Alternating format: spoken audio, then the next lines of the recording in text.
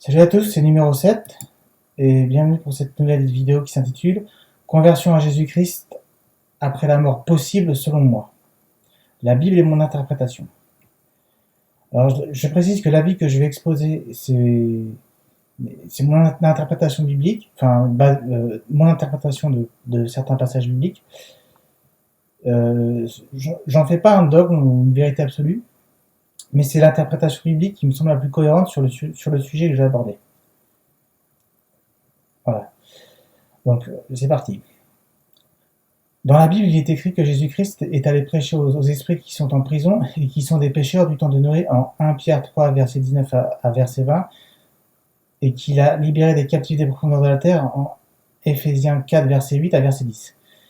Si Jésus-Christ est allé prêcher aux morts lors de sa mort et de sa résurrection, alors il est évident qu'une conversion à Jésus-Christ est encore possible après la mort. Ce qui est juste car l'évangile est universel et donc pour les vivants et pour les morts.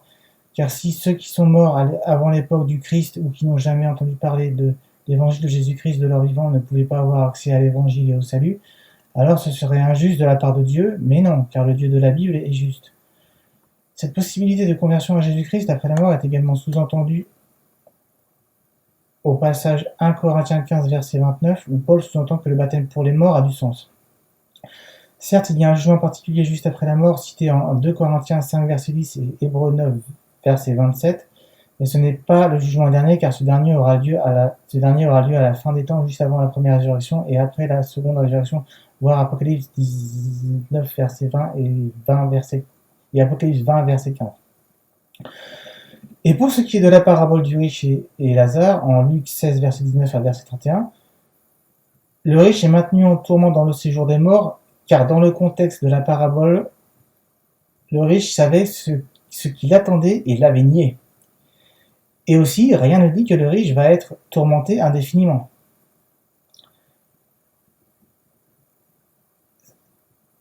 Voilà, cette parole de Jésus-Christ doit être comprise en accord avec sa descente en Hadès et sa résurrection. Donc, vu qu'il est allé prêcher l'évangile aux morts puis à ressusciter, l'acceptation du repentir et la conversion du pécheur dans le séjour des morts est donc possible avec expiation si besoin.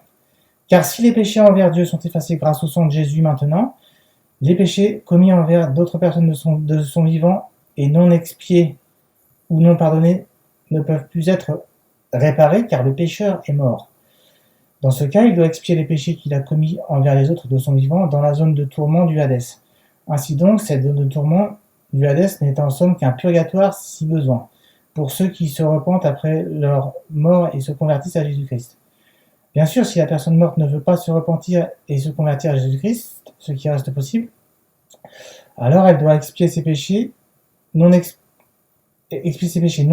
ou non pardonnés commis envers les autres, puis ses péchés commis envers Dieu jusqu'à ce qu'elle se repente et se convertisse à Jésus-Christ. Ou jusqu'au jugement dernier, où elle sera jugée sur ses œuvres et non sur sa foi, et comme bien sûr l'être humain non converti fut plus mauvais que bon de son vivant à cause du péché originel, alors c'est pour cela que beaucoup de jugés seront jetés dans les temps de feu, je pense. Sur la période après la mort et avant la résurrection, on se rend compte que la Bible en dit relativement peu et que ce qu'elle en dit est interprétable, et qu'au fil des siècles, l'interprétation majoritaire a été que le repentir ne soit plus possible dans le Hadès, ce qui pose les quelques problèmes que j'ai évoqués. Personnellement aussi, je ne pense pas que les temps de feu soient éternels, car je comprends que les temps de feu disparaîtra avec ces années avec l'ancienne terre et l'ancien ciel, en Apocalypse 20, verset 9 et à 21, verset 4. Disons qu'on peut interpréter qu'il est éternel d'après les versets suivants, Matthieu 18, verset 8, Matthieu 25, verset 41 et Jude 1, verset 7, ou qu'il disparaîtra avec ces années d'après Apocalypse 20, verset 9 à 21, verset 4.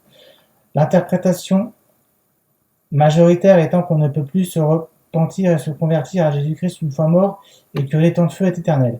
Je trouve que cette interprétation de ces passages bibliques n'est pas cohérente et pose des problèmes, et que la mienne est donc bien plus juste. Néanmoins, si je me trompe, car on ne peut pas être certain de l'interprétation majoritaire ni de la mienne, Bien sûr, n'attendez pas d'être mort pour vous repentir et vous convertir à Jésus-Christ. Convertissez-vous à Jésus-Christ de votre vivant autant que possible. Voilà. Donc voilà, j'espère que ce court renseignement vous apporte un éclairage sur qu'est-ce qui se passe après la mort, comment est-ce qu'on peut se convertir, comment ça se, qu'est-ce qu'il est encore possible de faire, voilà.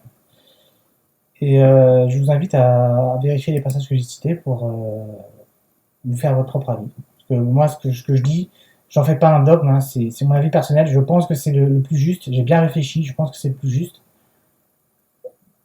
Mais je peux me tromper. Et je vois pas comment je peux me tromper, mais on sait jamais, je peux me tromper. Ça m'étonnerait, mais on sait jamais. Donc, je n'en fais pas un dogme. C'est mon avis, c'est ce qui me semble le plus cohérent. Voilà. Donc, soyez bénis en Jésus-Christ et peut-être à bientôt pour une nouvelle vidéo.